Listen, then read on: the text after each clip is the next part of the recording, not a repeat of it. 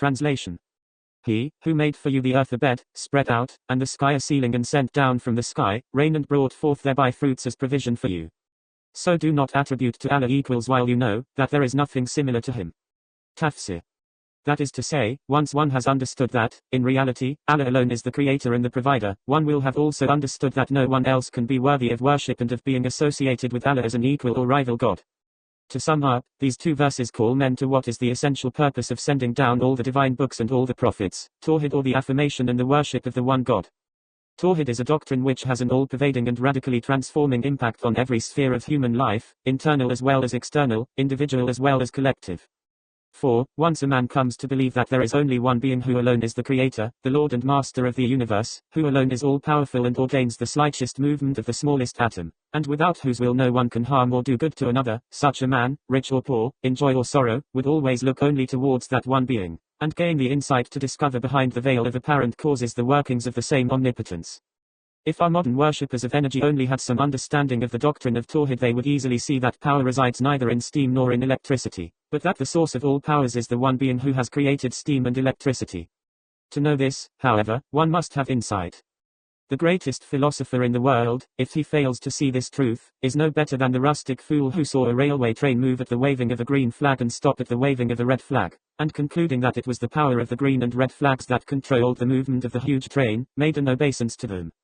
People would laugh at the rustic, for he did not know that the two flags are merely signs, while the train is actually run by the driver, or, better still, by the engine. A more perceptive observer would ascribe the function to the steam inside the engine.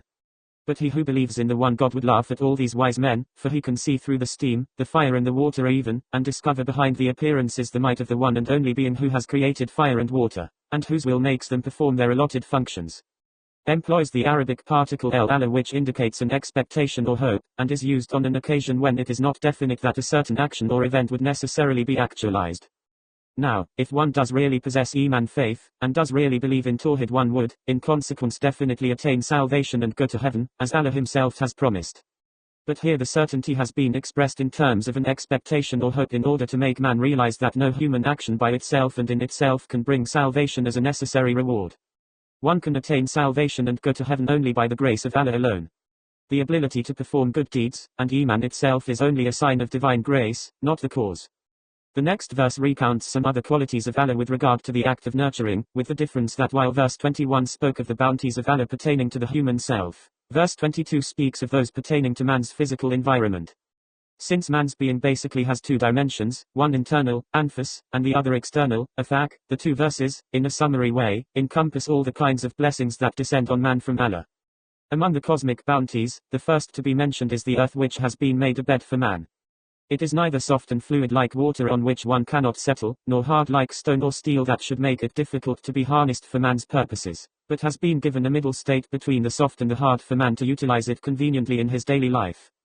The Arabic word, firash, bed, which literally means something spread out, does not necessarily imply that the earth is not round, for the great globe of the earth, in spite of being round, appears to be flat to the onlooker, and the usual way of the Holy Quran is to describe things in an aspect which should be familiar to an average man, literate or illiterate, city dweller or rustic.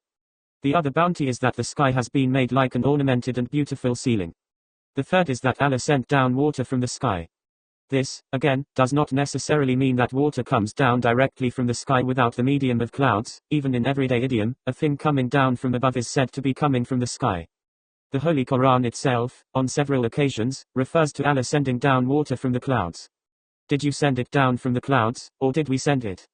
56:69. And have sent down from the rain clouds abundant water. 78:14. The fourth bounty is to bring forth fruits with this water, and to provide nourishment to man from them. The first three of these bounties are of an order in which man's effort or action, his very being even, does not enter at all. There was no sign of man when the earth and the sky already existed, and clouds and rain too were performing their functions. As for these things, not even an ignorant fool could ever fancy that all this could be the work of a man or an idol, or of a created being.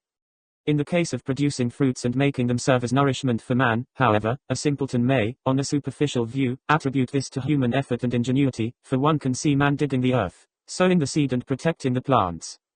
But the Holy Quran has, in certain verses, made it quite clear that human effort has nothing to do with the act of growing trees and bringing out fruits, For human activity accomplishes nothing more than removing the hindrances to the birth and growth of a plant, or protecting it from being destroyed. Even the water which feeds the plant is not the creation of the farmer, all he does is to make the water reach the plant at the proper time in a proper quantity. The actual birth and growth of the tree, and the putting forth of leaves, branches and fruits is the work of divine power, and of no one else. Says the Holy Quran. Have you considered the soil you till? Is it you that give them growth or we? 56, 63, 64. The only answer which man can find to this question posed by the Holy Quran is that undoubtedly it is Allah alone who makes the plants grow.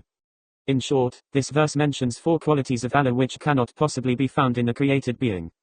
Having learned from these 2 verses that it is Allah, and no one else, who brings man into existence out of nothingness, and provides the means of his sustenance through the earth, the sky, the rains and the fruits, one cannot, if one possesses a little common sense, help acknowledging that Allah, and no one else, is worthy of all worship and obedience, and that the ultimate iniquity is to turn away from him who made man exist and gave him the means of survival and growth, and to prostrate oneself before others who are as helpless as man. Allah has put man at the head of all his creatures so that the universe should serve him, while he should totally devote himself to the worship and remembrance of Allah and obedience to him without distraction. But there are men so given to their indolence and ignorance that they forget the one God, and in consequence, have to serve a billion gods. In order to rescue men from this slavery to others, the Holy Quran says at the end of this verse.